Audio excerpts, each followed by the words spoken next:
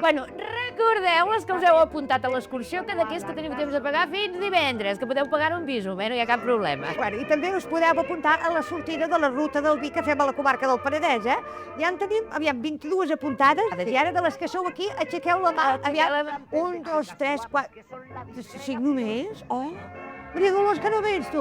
Oh, doncs no saps el que pensa. Home, pensa que a part de la visita al museu que fan del vi, al final fan un tas. Bueno, és que... Apunta't, no, apunta't. No siguis, home, no, igual no vol venir o no pot venir, no passa res.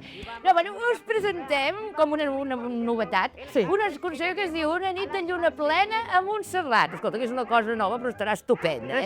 L'únic inconvenient que hi ha és que, clar, per això de la lluna de plena, doncs haurem de sortir de nit i tornarem a casa de matinada, eh? Però bé, vinga, interessades, aixequeu les mans. Aviam, 1, 2, 3... Ah, 1, 2, 3? Si no he tingut gaire èxit, una plena no agrada. Però bueno, és igual, no passa res, que en tenim moltes de sortides i d'excursions.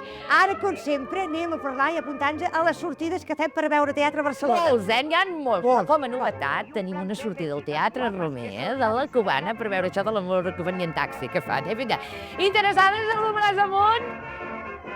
Oh, Verge Santa, però...